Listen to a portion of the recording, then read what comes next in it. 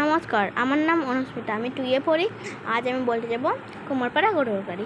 কুমারপাড়ায় গরুর গাড়ি বোঝাই করা কলসিয়ারি গাড়ি চালায় বংশী বর্ধন, সঙ্গে যে যায় ভাগনা মডার্ন হাট বসেছে শুক্রবারে বক্সিগঞ্জে পড্ডাপাড়ায়। জিনিসপত্র ছুটি আনা গ্রামের মানুষ বেঁচে কেনা উচ্চ পটল মূল্য বেটে বনা ধামাকুলো শস্য ছোলা ময়দা আটা সিটের রেপান নকশা কাটা ঝাঁঝরি করা বেরি হাটা শহর থেকে ষষ্ঠ ছাটা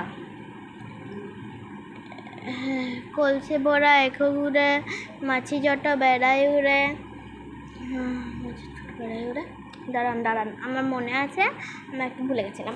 খরা রাঠি নৌকাবে আনলো ঘাটে চাষির মেয়ে।